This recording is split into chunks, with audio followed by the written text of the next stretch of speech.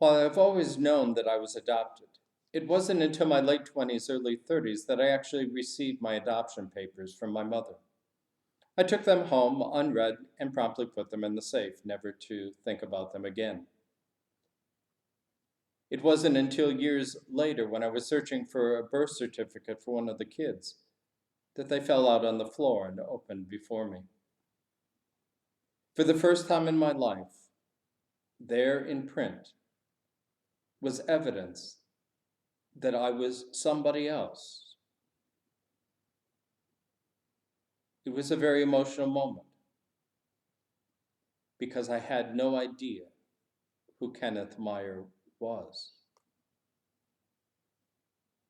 What was curious about those papers was that my adoption was finalized exactly 1 year to the day of my birth, June 26th. Included in those papers also was my baptismal certificate, which read June 22nd, 4 days earlier, which confirmed for me something that I had known deep down inside of me for my entire life. And that was that God got me first. Before I was Harold O. Jacobson Jr., I was a child of God. And it was that identity that guided me through some very difficult and dark times in my life. Times where I wondered who I was, what I was about, what my story was, where I was going, what the world had in store for me, how to live with those around me. When confused, when searching, I clung to that identity as a child of God. I was richly blessed on June 22nd, 2019, because exactly 62 years to the day that I was taken from her, my biological mom and I were reunited.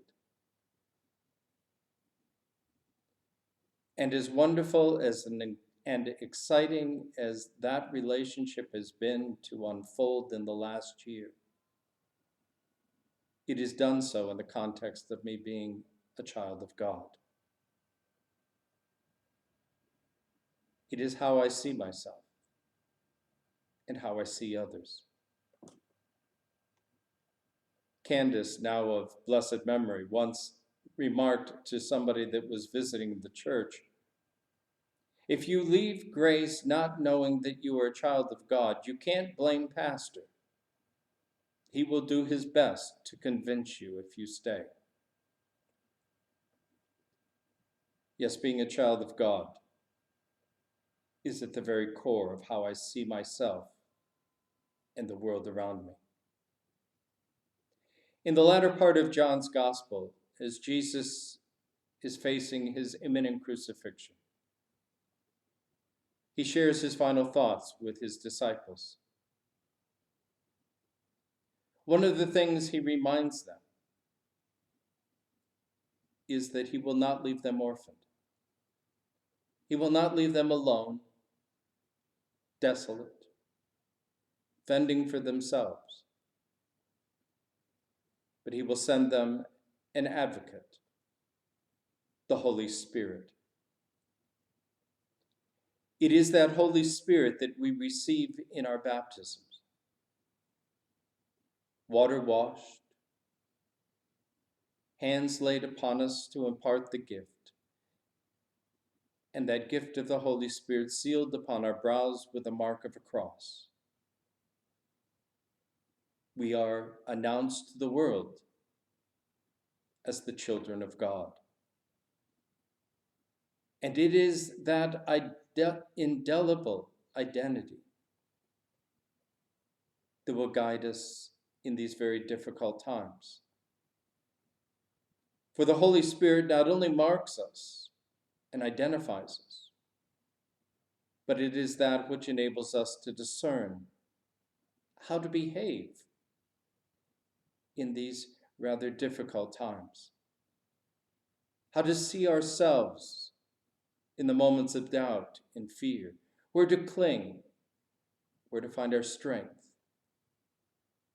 but also how to live with one another. What does it mean for you to be a child of God? How does that shape who you see yourself and how you act in the world? And what does it mean if we are all children of God?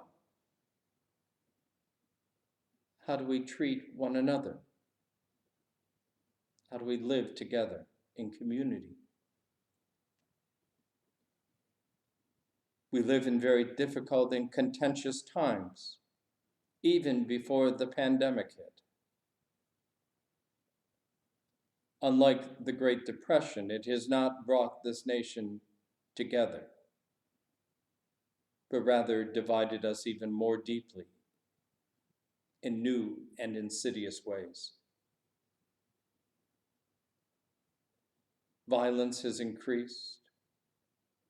The words that we use to describe one another are more and more bitter and filled with anger and rancor. We label.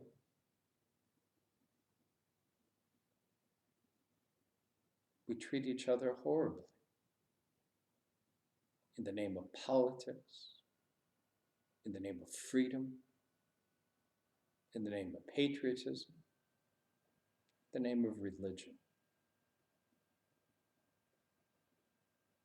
What does it mean in these contentious and difficult times to begin to see ourselves and those around us, first and foremost, as children of God? Would it change our language? Would it change whether or not we post that Facebook comment that someone else made? Would it change how we treat the other?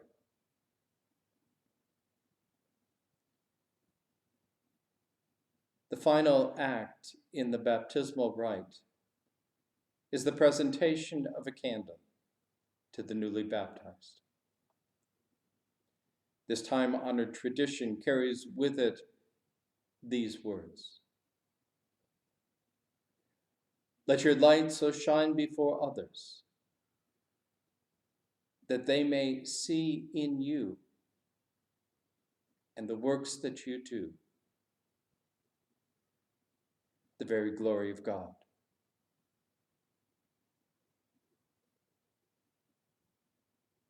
If we could do that, we just might change the world.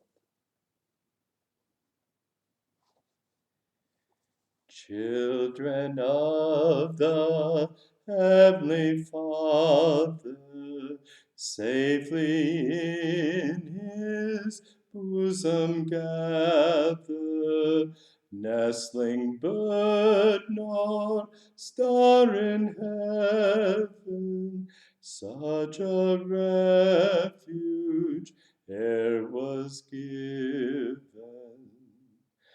God his own doth tend and nourish, in his holy courts they flourish. From all evil things he spares them, in his mighty arms he bears them. Neither life nor death shall ever from the Lord his children sever. Unto them his grace he showeth, and their sorrows all he knoweth. he giveth, or he taketh, God his children ne'er forsaketh, is the loving purpose solely to preserve them pure and